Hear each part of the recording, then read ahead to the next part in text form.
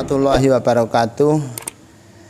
Pemirsa atau warga Nahdien di Malang Raya ini, alhamdulillah kami kedatangan tamu istimewa. Beliau adalah Kiai Haji Syafaat Muhammad, Ketua MWC NU Turen, alumni Lirboyo, dan beliau kesini dalam rangka silaturahim serta minta doa karena beliau katanya dapat mandat, dapat perintah dari masyayikh guru beliau khususnya Lirboyo untuk berjuang mengabdikan diri di Nahdlatul Ulama, khususnya pada acara konferensi NU yang akan datang ini. Lebih jelasnya mari kita bincang-bincang dengan beliau tentang latar belakang dan latar depan. Latar belakang dalam arti wong penak-penak nang MWC kok si aneh-aneh mau ke PC. Mungkin beliau punya alasan-alasan, dan mungkin latar depan apa yang akan beliau jalani mulai pra dan pasca ketika jadi ataupun ketika tidak jadi. Monggo. Assalamualaikum Kiai. Jenengan katanya dapat mandat, itu saya juga ingin tahu betul. Ini bukan karena saya sendiri. Kalau memang itu sudah mandat, ya namanya santri jangankan hanya untuk nyalon, nyuruh nyemplung sumur saja. Kalau santri ya harus ikut. Monggo diterangkan Kiai. Assalamualaikum warahmatullahi wabarakatuh. Waalaikumsalam warahmatullahi wabarakatuh. Terima kasih Kiai yang kami hormati, seluruh yang melihat acara ini, terutama Sohibul Ma'had panjenenganipun Kiai Ali dan seluruh keluarga besar Pondok Pesantren Nurul Huda. Terkait dengan rumor kabar tentang keberadaan saya masuk di bursa PCNU Kabupaten Malang, perlu kami sampaikan kronologinya. Kalau Kiai Ali tadi latar belakangnya, sebenarnya saya secara pribadi tidak pernah berpikir, tidak pernah berangan-angan untuk menjadi PCNU Kabupaten Malang. Termasuk ketika saya mendapat amanah di MWC NU Kecamatan Turen kali ini pun saya juga tidak pernah berpikir berangan-angan ke sana. Namun karena memang kondisi-kondisi yang kemudian pada akhirnya saya mendapat amanah. Nah, sehubungan dengan PCNU, 1 bulan yang lalu atau katakan 1,5 bulan yang lalu, saya secara pribadi dipanggil oleh Kiai Atok. Beliau adalah putra dari Kiai Anwar Mansur Roir Surah PWNU Jawa Timur, bersama dengan teman-teman. Saya mendapat dawuh supaya mempersiapkan diri untuk maju ikut konstatasi PCNU Kabupaten Malang. Nah, waktu itu saya kaget, saya tidak memberikan jawaban secara isaroh, meskipun tidak jelas saya menyampaikan saya tidak berani.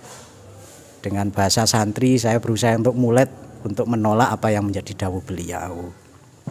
Beliau kemudian juga dawuh, aku ngerti awakmu kuwi dudu petarung, awakmu ora duwe getih, awakmu ya ora duwe duit. Sambil tertawa beliau dawuh semacam itu ya. Nah, dalam waktu 1 minggu kemudian beliau nimbali lagi, dan pada pertemuan yang kedua kami langsung ditemukan dengan Hadratus Syekh Mbah Yai Anwar, juga bersama dengan teman-teman. Mbah Yai Anwar dawuh diawali oleh Yai Atok, ini disuruh ngikuti ikut berjuang di NU, mboten purun Yai gitu. Mboten purun Buya gitu. Lajeng Mbah Yai Anwar dawuh ngeten, aku kuwi yo repot, tapi aku menyempatkan waktu untuk ikut-ikut di NU, bahkan menjadi Rois Suriah PWNU, dawuh beliau begitu.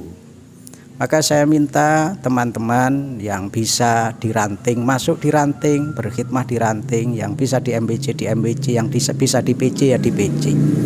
Bahkan yang paling akhir beliau dawuh begini, lek gak manut aku kate manut sopo. Ini yang dek. Akhirnya ya bismillah dalam rangka sam'an wa ta'atan kepada guru. Akhirnya saya bersama teman-teman berusaha untuk merealisasikan apa yang menjadi dawuh beliau sebagai wujud ridho kita kepada apa yang beliau dawuhkan. Waktu itu saya sempat berpikir ngeten Kiai. Yes, pokoknya aku muni nggih Kiai, tapi sekate meneng ae begitu Kiai waktu itu. Tapi teman-teman beri masukan kepada saya, lek sampean meneng berarti sampean gak ridho. Iya nih tapi yo gak ridho. Waduh ini. Ya sudah akhirnya kita bergerak silaturahim yang sampai pada hari ini sowan yang berikutnya adalah kepada Kiai Ali. Begitu Kiai. Oh, ini berarti ya tadi itu santri nderek Kiai. Santri nderek Kiai. Terus Kiai Sapaat, namanya kita itu mau berjuang, persiapan Anda kalau masalah persiapan pra untuk sampai pada keberhasilan. Jadi kami tidak banyak bertanya, itu urusan jenengan dalam mempersiapkan diri, strategi untuk hasil. Kami hanya ingin menanyakan, seandainya jenengan dipilih oleh Allah dengan perantara suara warga Nahdien di acara konferensi, pasca ketika jenengan jadi, mungkin Anda punya langkah-langkah, punya program-program berkaitan dengan jargon NU yang sudah populer, al-muhafadhah alal qadimis saleh wal akhdu bil jadidil aslah. Mungkin Anda punya gambaran-gambaran program-program kerja baik jangka pendek, jangka menengah, jangka panjang untuk NU khususnya di Kabupaten Malang. Monggo, terima kasih. Terima kasih Kiai. Jadi kalau kita berbicara tentang NU, kita tidak bisa lepas dari historis sejarah berdirinya Jamiah Nahdlatul Ulama. NU didirikan oleh para kiai dari pondok-pondok pesantren, dan sampai hari ini di Kabupaten Malang potensinya sangat luar biasa.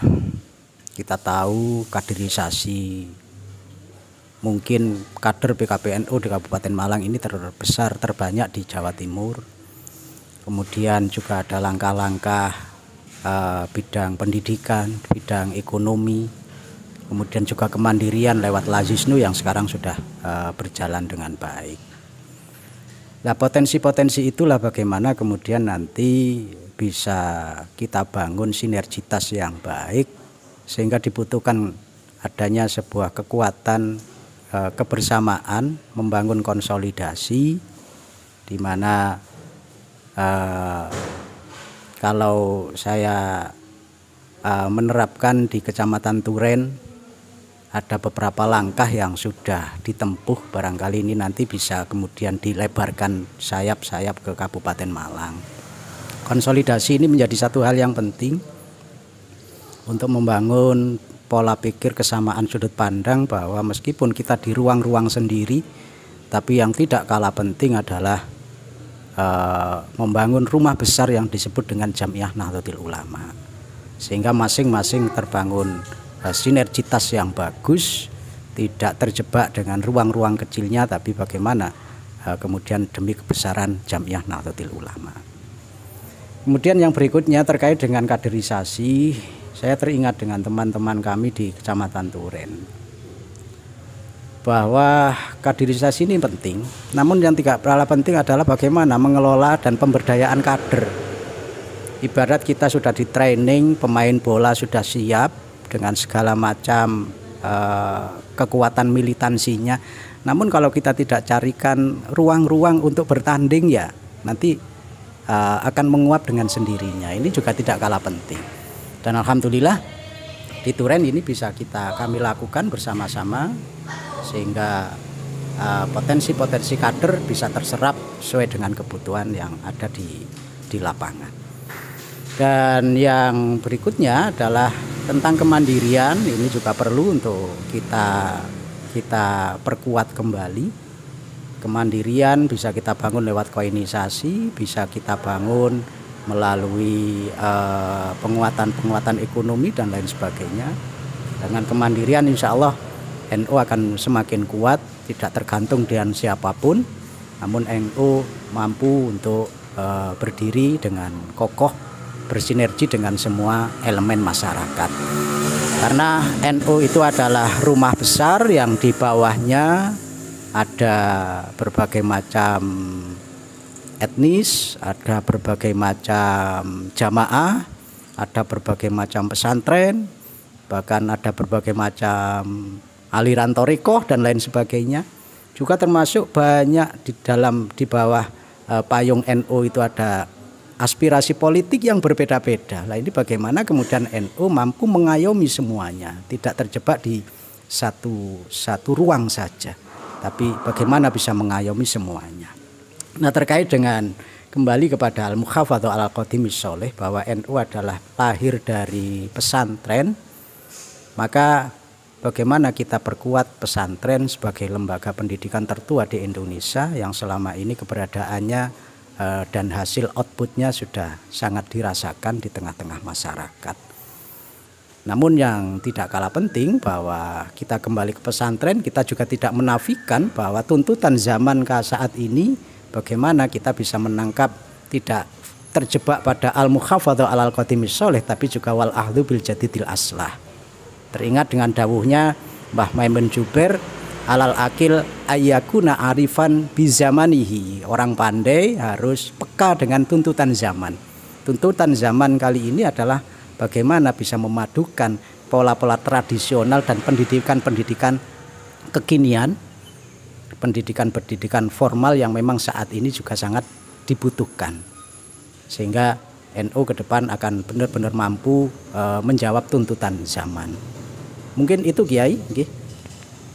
Alhamdulillah ini kayaknya sudah cukup.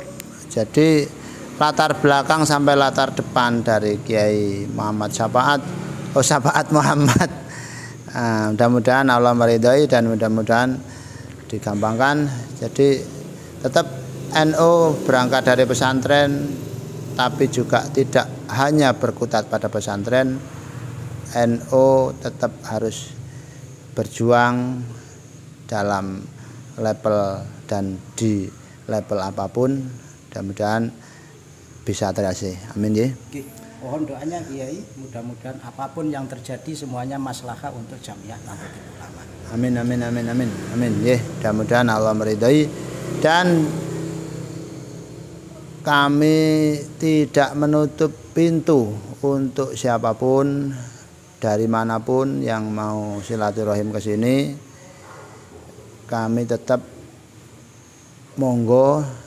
Ini Kiai Muhammad Syafaat, di samping beliau teman saya, beliau juga senior saya. Tentang kepakaran beliau baik dalam hal diniyah maupun duniawiyah. Kalau tauhidiyah saya kalah ya. Jermo Ratu itu ya.